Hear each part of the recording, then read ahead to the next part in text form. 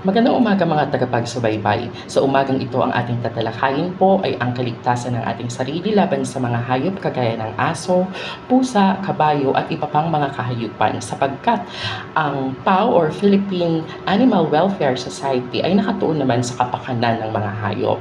So, atin pong aalamin ngayon or na kung meron bang sapat na dahilan na inilaan ng batas kung kailan pwedeng patayin ng isang hayop? Ang sagot po ay oo.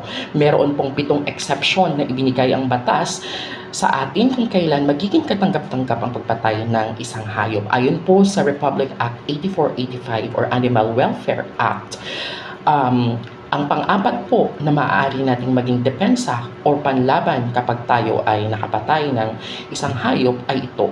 Kapag ito ay ginawa upang maiwasan ng isang napipintong panganib sa buhay o parte ng katawan ng isang tao. So meaning to say, kung ang hayop na ito ay magiging panganib or magiging sanhi ng panganib sa iyong buhay o kahit sa parte ng katawan ng isang tao, ay maaari po itong maging exception upang ang hayop ay patayin. Lagi po nating tatandaan na higit na mahalaga ang buhay ng tao kaysa sa buhay ng hayop. Yun lamang po at maraming salamat. Isang exception lang po yan.